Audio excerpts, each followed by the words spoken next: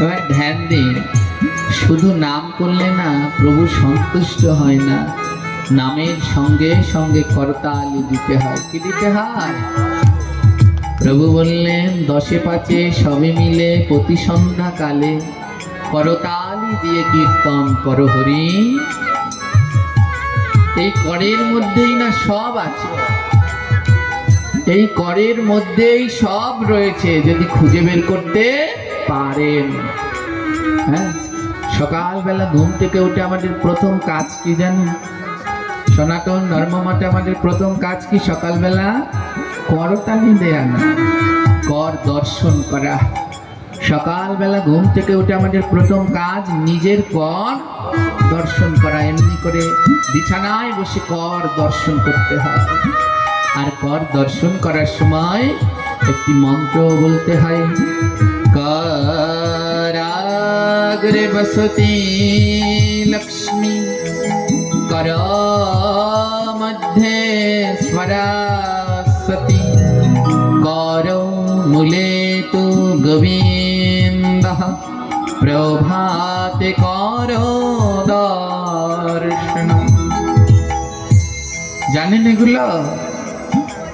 হ্যাঁ হ্যাঁ, করা প্রতিদিন উচিত। সকালবেলা বিছানায় বসে সবার আগে কর দর্শন করতে হয়। হ্যাঁ, এটা করবেন, তাহলে কোনোদিন ধনে ঠেকবেন না, কোনোদিন জ্ঞানেও ঠেকবেন না, এবং কোনোদিন ভক্তিতেও ঠেকবেন না। কর অগ্রে বসতি লক্ষ্মী, করের মাথায় আগায় বাস করেন মা লক্ষ্মী। করো মধ্যে তু সরস্বতী, করের মধ্যে বাস করেন মা সরস্বতী। আর কর মূলে তু গোবিন্দ, করের মূলে বাস করেন স্বয়ং গোবিন্দ। এর জন্য আমাদের দীক্ষা মন্ত্র জপ করার সময় করের মূল ধরতে নেই। কোথায় ধরে? মাঝখানে মাঝখানে ধরে ধরে যেতে হয়। করের মূলে বাস করেন স্বয়ং গোবিন্দ। প্রভাতে করো দর্শন। সকালবেলা এই মন্ত্র বলে কর দর্শন করলে হাতের যত ওই দিনকের খারাপ বিপদ আপদ সব দূর হয়ে যায়। লক্ষ্মী, যার লক্ষ্মী লাগবে, ধন লাগবে, ধন পাবেন। যার সরস্বতী বিদ্যা লাগবে, বিদ্যা পাবেন। আর যার গোবিন্দ লাগবে, সে সকালবেলা কর দর্শন করলে গোবিন্দ পেয়ে যাবে। তাই সকালবেলা আমাদের প্রথম কাজ হলো আপন কর দর্শন করা। এই কর দর্শন করলে কি হয়? আমাদের হাতে কয়টি আঙুল মা? যারা বলবেন একটা কম বেশি দিল না কেন? ভগবান একটা বেশিও দিতে পারতেন, কমও দিতে পারতেন, দিলেন না। দিলেন কয়টা? 5টা। তা আবার এক সমান দিলেন না। দেখেন 5টা 5 রকমের, এমন 5 রকমের করে ভগবান 5টি আঙুল কেন দিলেন? বড় ধ্যান দিবেন 5টি আঙুল কেন দিলেন। হ্যাঁ, আপনারা পঞ্চতত্ত্ব চেনেন? পঞ্চতত্ত্ব নাম বলুন তো, জোরে বলবেন। জয় শ্রী কৃষ্ণ, জোরে। হ্যাঁ, আরো জোরে। হ্যাঁ, শিবা সাদি গৌর ভক্তি 5 জন। ওমা, যিনি মধ্যখানে দাঁড়িয়ে আছেন তার নাম কি? 5 জনার যিনি মধ্যখানে দাঁড়িয়ে আছেন তার নাম সবাই বলবেন। শ্রীকৃষ্ণ চৈতন্য মহাপ্রভু। মহাপ্রভুর বাম দিকে যিনি দাঁড়িয়ে আছেন তার নাম কি? গদাধর। তার নাম কি? আর মহাপ্রভুর ডান দিকে যিনি দাঁড়িয়ে আছেন তার নাম নিত্যানন্দ। এবার নিত্যানন্দের ডান দিকে যিনি দাঁড়িয়ে আছেন তার নাম অদ্বৈত প্রভু। আর গদাধরের বাঁ দিকে যিনি দাঁড়িয়ে আছেন তার নাম শ্রীবাস ঠাকুর। এই যে 5 জন, আমার 5 জনের ছবি আছে ঘরে। 5 জনের এই পঞ্চতত্ত্ব আছে তো? পঞ্চতত্ত্ব ঘরের ভিতরে না থাকলে কোনোদিন কৃষ্ণ ভজন হয় না। ঠাকুর ঘরের ভিতরে যেই চিত্রপটটি সবার আগে লাগবে সেটা হলো পঞ্চতত্ত্ব। শুদ্ধভাবে কৃষ্ণ ভজন করতে হলে গৃহের মধ্যে 8টি চিত্রপট রাখতে হয়। কয়টি চিত্রপট? ঠাকুর ঘরে মোট 8টি চিত্র রাখতে হয়। প্রথমটা পঞ্চতত্ত্বের চিত্রপট, দ্বিতীয় রাধা মাধবের চিত্রপট, তৃতীয় জগন্নাথ বলভদ্রের চিত্রপট, চতুর্থ নৃসিংহ ভগবানের চিত্রপট, পঞ্চমে তুলসী দেবী, তুলসী বৃক্ষ নিতে হবে, নইলে তুলসী দেবীর চিত্রপট। ষষ্ঠ সরগোস্বামীর চিত্রপট।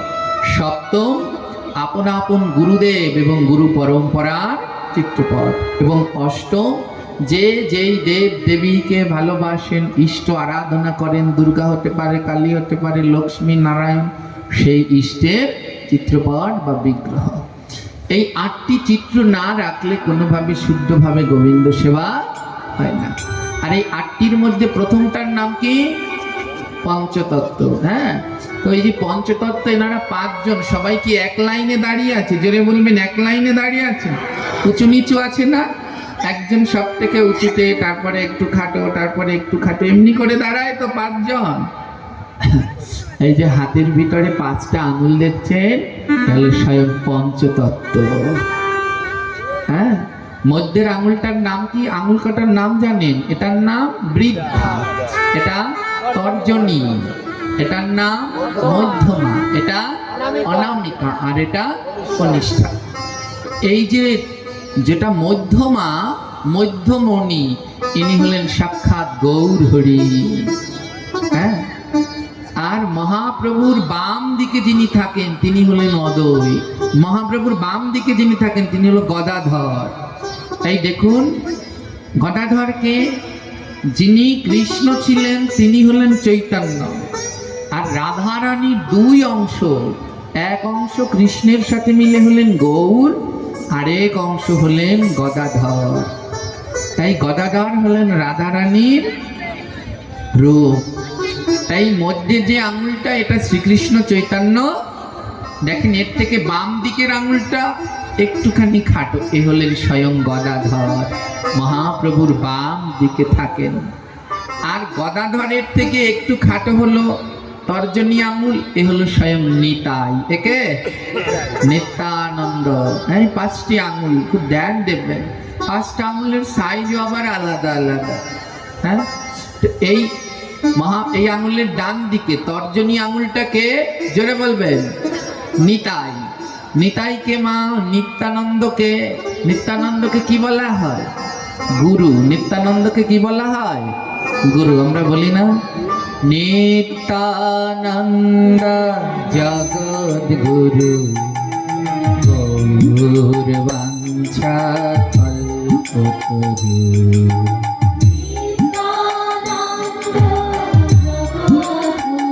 সবাই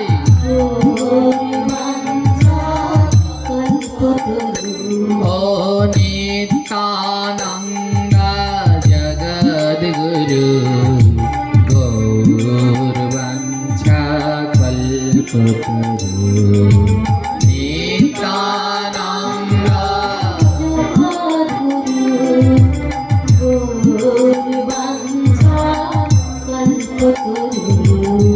পণ্ডিত গদাধর শ্রীবাস, পণ্ডিত পণ্ডিত গদাধর শ্রীবাস,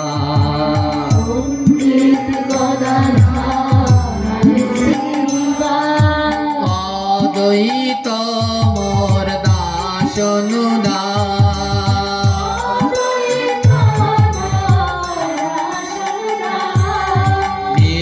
নিত্যানন্দ জগদ্গুরু গৌর বাঞ্ছা কল্পতরু।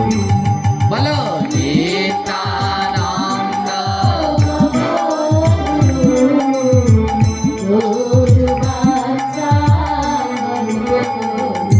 নিত্যানন্দকে মা, জোরে বলুন, গুরু। নিত্যানন্দ হলেন সাক্ষাৎ, সাধারণ গুরু নয়, জগৎ গুরু।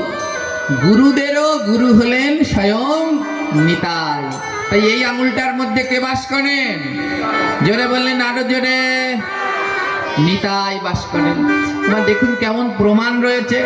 যেমন এই বাড়িটার নাম কি? এই বাড়ি, যে বাড়ি আমরা আসলাম, হ্যাঁ, কীর্তনিয়া বাড়ি। এবার ওই রাস্তার মাথায় যদি কাউকে দাঁড়িয়ে জিজ্ঞেস করেন কীর্তনিয়া বাড়িটা কোন দিকে, কেমন করে দেখিয়ে দেবে? এই আঙ্গুল দিয়ে দেখাবে, এই দিকে। এমন দেখায় কেউ? জোরে বলেন, দেখায়? এই বুড়ো আঙুল দিয়ে দেখাবে, এই দিক কেমন দেখাবে? কোন আঙুল দিয়ে দেখায়? এইদিকে চলে যান কীর্তনিয়া বাড়ি।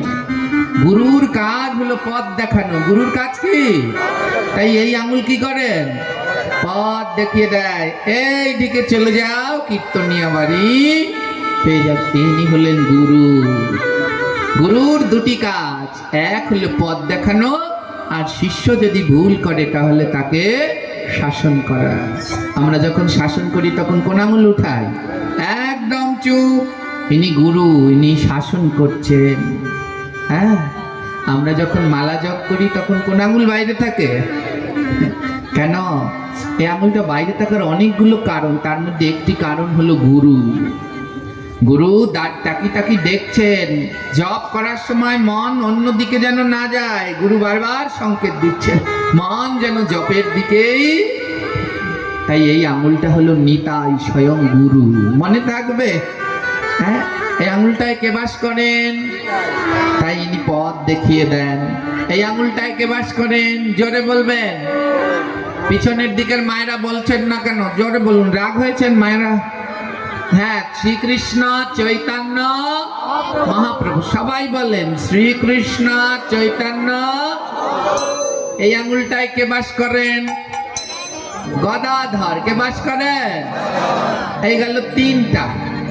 এবারে দেখুন, এই যে নিতাইয়ের পাশে একজন থাকেন, হ্যাঁ, দাড়ি টাড়ি একেবারে পেকে সাদা হয়ে গেছেন।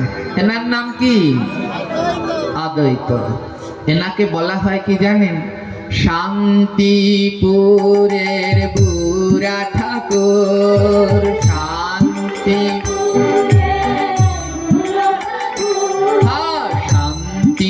শান্তিপুরের বুড়া ঠাকুর।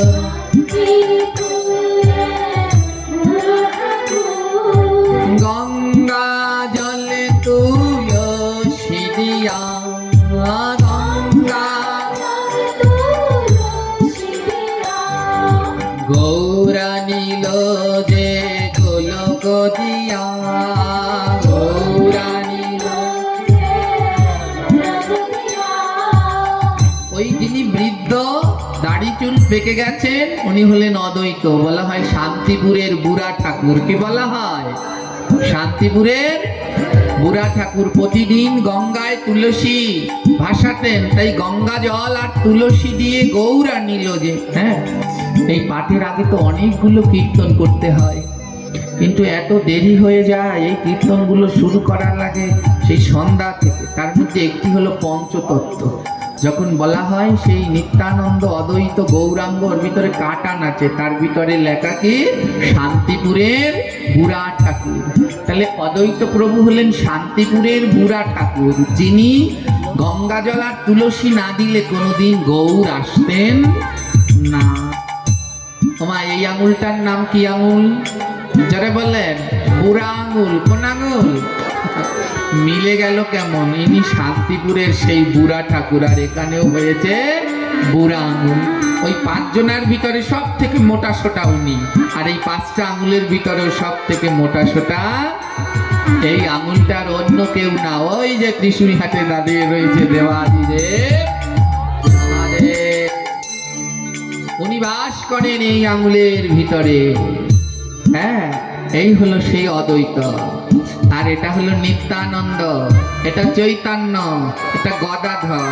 আর সবার শেষে ন্যাড়া মাথা, একেবারে শুকনা শাকনা চিকন চাকান, ওনার নাম কি? শ্রীবাস। ইনি হলেন সেই কেন আঙুল? একেবারে শ্রীবাস।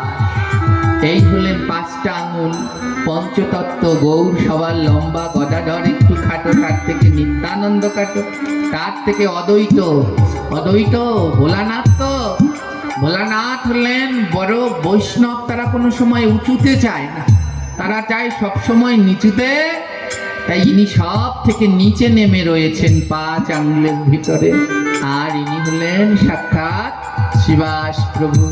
এই পাঁচ আঙুলের ভিতরে এই পঞ্চতত্ত্ব বাস করে। তাই সকালবেলা ঘুম থেকে উঠে সবার প্রথমে নিজের কর দর্শন করুন। যদি পান, এখানেই পাঁচজনার দর্শন পেয়ে যাবেন। গৌর হরি বল। এবার ধ্যান দিন। এবার আমি জিজ্ঞেস করি, এই আঙুলটায় কে বাস করেন? জোরে বলবেন, মুখস্থ করেন নিন। এটাই কে বাস করেন? অদ্বৈত। এটাই কে বাস করেন? আমা। এবার এই আঙুল দিয়ে যদি কোনো পাপ করে, তাহলে সেই পাপ কাকে করানো হচ্ছে? নিত্যানন্দ প্রভুকে দিয়ে করানো হচ্ছে না? হ্যাঁ, কারণ এই আঙুলটায় বাস করেন স্বয়ং নিত্যানন্দ। এই আঙুলটা দিয়ে যদি কোনো পাপ করে, তাহলে সে নিত্যানন্দ প্রভু মহা অপরাধ হবে কি না? জোরে বলুন। হবে না? হবে না? জোরে বলুন। সত্য হলে বলবেন। হবে? এই আঙুলটা দিয়ে যদি কোনো পাপ করি, তাহলে মহা অপরাধ হবে না? হবে না? তাহলে তাদের গতি কি হবে? যারা চুন খাও পান দিয়ে, তাদের গতি কি হবে? চুন খাও, চুন খাও, চুন খাও, হ্যাঁ চুন খাও পান দিয়ে, তাদের গতি কি হবে?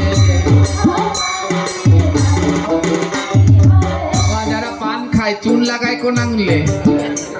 আরে আঙুলটা একটু পরপর জিহ্বা দিয়ে চাটে না? চাটে না? তাই এবার বলো, পাপ হবে না? হবে না? আমার গালাগালি করো না যেন, বাবারে বাবা। হ্যাঁ, জিহ্বার অর্ধেক তো নেই, এত গালাগালি করে আমায়, জিহ্বার অর্ধেক কেটেই গেছে। হ্যাঁ, সত্য কথা বললে তো এ জগতে হাত নেই, কিন্তু কি করবো, এখানটায় বসে তো মিথ্যে বলা যায় না। ভগবান এমনি নাম দিয়েছেন পাঠক। কি নাম দিলেন? ঠক ঠক। ঠকাচ্ছে শুধু। এখানে বসে মধুর মধুর রসের রসের কথা বলে যায়, আর যে যত মিষ্টি বলতে পারে তার পাঠ তত ভালো। আর যে ওই শ্রাদ্ধের কথা বলবে, যে ওই মাছ ঘরে নেওয়ার কথা বলবে, যে সত্যি বলবে, তার আর রেহাই নাই। এখন বাংলাদেশে দুইটা শয়তান এক হয়েছে, গোপীনাথ ব্রহ্মচারী আর গৌর গোবিন্দ দাস। গাইলাইয়া আর দিশা পায় না। গাইলাও গাইলাও, একদিন না একদিন ঠিক থামবে। এবারে এই আঙুলটায় তাই চুন লাগিয়ে যদি এমনি করে জিহ্বা দিয়ে চাটি, পাপ হবে না? হবে না? জোর বলো। তাই এটার অপরাধ না? মা, এই চুন বড় খারাপ জিনিস। একটা জায়গায় লাগিয়ে রাখো, 5 দিন 6 দিন হাতের যে কোনো জায়গায় লাগিয়ে রাখবে, দেখবে ওতে এমন খার, ওই জায়গাটা কিছুদিন পরে সাদা হয়ে গেছে। টানা 1 মাস লাগিয়ে রাখবে, দেখবে ওই জায়গাটা ঘা হয়ে গেছে। আর সেই চুন যদি আমাদের পেটের ভিতরে নরম নাড়ি বুড়ির মধ্যে চলে যায়, তাহলে সেখানের অবস্থা কি হয় আপনারা বুঝতে পারেন? জোরে বলেন, পারছেন? ওখানে ঘা কত ইনফেকশন ক্ষত হয়ে যাচ্ছে, তাহলে ওগুলো কেন খাচ্ছেন? হ্যাঁ, আমাদের শাস্ত্রে ভগবান তাম্বুলের কথা বললেন। কারো পান সেবা করতে ইচ্ছে করলে করতে পারেন, কিন্তু তার মধ্যে ওই পান কাঁচা কাঁচা চিবিয়ে খাওয়া যায়। পানের রস খেলে পরে ও থেকে 37টা রোগ থেকে মুক্তি মেলে। কিন্তু এই অমৃত পানটাকে বিষ বানানো হয় যখন ওর ভিতরে জর্দা, সাদা, খয়ের, চুন, সুপারি মেশানো হয়, তখন আর ওর ভিতরে ওর কোনো ক্রিয়া থাকে না। তাই যারা যারা পান খান, দয়া করে এগুলো বন্ধ করে দিন। আপনাদের স্বাস্থ্যের জন্যেও ক্ষতি, ধর্মের জন্যেও ক্ষতি। এবার এই আঙুলটা আর লাগাবেন, জিহ্বা দিয়ে একটু বরাবর এটো করে দেবে। এবারে এই আঙুলে তো বাস করেন কে? স্বয়ং কে বাস করেন? জোরে বলা। আর এর পরের আঙুলে বাস করে কে? চৈতন্য। এবার এই 2 আঙুল দিয়ে যদি কোনো পাপ করা হয়, তাহলে সেটা কি হবে? তাদের গতি আরো ভয়ানক হবে কি না? জোরে বলো। তবে তাদের গতি কি হবে? যারা বিড়ি আর সিগারেট খায়, তাদের গতি কি হবে? বিড়ি আর সিগারেট খায়, হ্যাঁ বিড়ি আর সিগারেট খায়, তাদের গতি কি হবে? যদি এ চৈতন্য হয়, এ নিত্যানন্দ হয়, আর এই 2 আঙুলের মধ্যে রেখে যারা বিড়ি সিগারেট খায়, তবে তাদের গতি কি হবে? ওটা খাওয়া ভালো, বিড়ি সিগারেট স্বাস্থ্যের জন্য ভালো। জোরে বলো। হ্যাঁ, বাদ দিয়ে দাও বাবা, এগুলো খেও না। যারা যারা খাও বাদ দিয়ে দাও, স্বাস্থ্যের জন্য ক্ষতি, ধর্মের জন্যেও ক্ষতি। সমস্ত নেশা জাতীয় দ্রব্য বর্জন করতে হবে। এ যেমন স্বাস্থ্যকে দিন দিন নষ্ট করে দেয়, তদ্রূপ ধর্মকেও দিন দিন নষ্ট করে দেয়। এত সুন্দর ভগবান আঙুল করগুলো দিলেন কিসের জন্যে? গোবিন্দের প্রসাদ পাবে, এই করে গোবিন্দের প্রসাদ পাবে। গুরুদেবের দেয়া মন্ত্র জপ করবে, করতালি দিবে, সাধুগুরু বৈষ্ণবের চরণ ধুলা গ্রহণ করবে। আর সেই কর দিয়ে কি অখাদ্য খাচ্ছি, নেশা খাচ্ছি, কত কি করছি। এই সুন্দর জীবনটাকে সুন্দর করে কাজে লাগাও, তাহলে এই জীবনটা ধন্য। আজ নেশা করে করে জীবনকে ধ্বংস করে দিচ্ছে, কত ফ্যামিলিতে কত অশান্তি এই নেশা নেশা নিয়ে, ঠিক কি না? আর এই নেশাটা কিন্তু প্রথমে বড় বড় নেশা হয় না, প্রথমে ছোট থেকে শুরু হয়। বিড়ি সিগারেট থেকে ধরে ধরে তারপরে বড় নেশায় চলে যায়। তাই ওইগুলো বাদ দিন, বড় নেশা আসলে আপনার জীবনটাকে ধ্বংস করে দেবে। গ্রন্থ বললেন নেশা করো, নেশা করা ভালো। গ্রন্থে নেশা করতে বলেছেন, কি আশ্চর্য না! গ্রন্থে বললেন নেশা করো, কিন্তু কোন নেশা? বলে কৃষ্ণ নামের নেশা, সাধু সঙ্গের নেশা, ভাগবতের নেশা, গোবিন্দের কথার নেশা করো। যেই নেশা করলে অনায়াসে উদ্ধার হওয়া যায়, সেই নেশা করো। ভাগবত পাঠের নেশা করো। যাদের এই নেশা হয়েছে তারা অনায়াসে উদ্ধার হবে। এই যে দূর দূরান্ত থেকে কতজন, গোপালগঞ্জ থেকে, হ্যাঁ, ভাঙা থেকে, ট্যাকেরহাট থেকে, মাদারীপুর থেকে, মস্তফাপুর থেকে, যে যে জায়গার নাম জানি, দূর দূরান্ত থেকে ছুটে আসলেন। আজ 3 জায়গায় পাশে পাঠ চলছে, 3 জায়গায়। যদি 2 জায়গায় না থাকতো আপনাদের ঘর বাড়ি ভাঙা লাগতো। হ্যাঁ, তো ভাগ্য ভালো যে 2 জায়গায় আরে পাঠ আছে। এই যে নেশা হয়ে গেছে এনাদের, এই নেশা করলে উদ্ধার হতে পারবে, আর ওই নেশা করলে নরকে পতিত হয়ে যাবে। তাই এই নেশা বন্ধ করুন। বলে এই নেশা কিভাবে বন্ধ হয়? একমাত্র সাধুগুরু বৈষ্ণবের চরণ। আপনি বাড়ি বসে অনেক চেষ্টা করলেও পারবেন না, কিন্তু এই ভক্ত সঙ্গে এসে যদি সংকল্প করেন, না আর ওই নেশাটা খাবো না, এই ভক্ত সঙ্গে বসে আজ কথা দিয়ে যাই, না আর কোনোদিন চুন জর্দা খাবো না, এই ভক্ত সঙ্গে বসে কথা দিয়ে যাই, না আর কোনোদিন বিড়ি সিগারেট খাবো না, যদি এখানে বসে কথা দিতে পারেন তাহলে ও নেশা বন্ধ হবেই হবে। আছেন নাকি কোনো একজন যে আর খাবেন না চুন জর্দা? থাকলে একটু হাত তুলুন তো মা, একজনকে পেলেও সার্থক। একজনকে তো অন্তত বন্ধ করিয়ে যায়। হ্যাঁ, কেউ আছেন একজন বাবাদের ভিতরে আর সিগারেট বিড়ি খাবেন না? যে কোনো একজন হাত তুলুন। ওই তো একজন পেয়ে গেছে। জয় নিতাই, 2 জন পেয়েছি, 3 জন, 4 জন, 5 জন।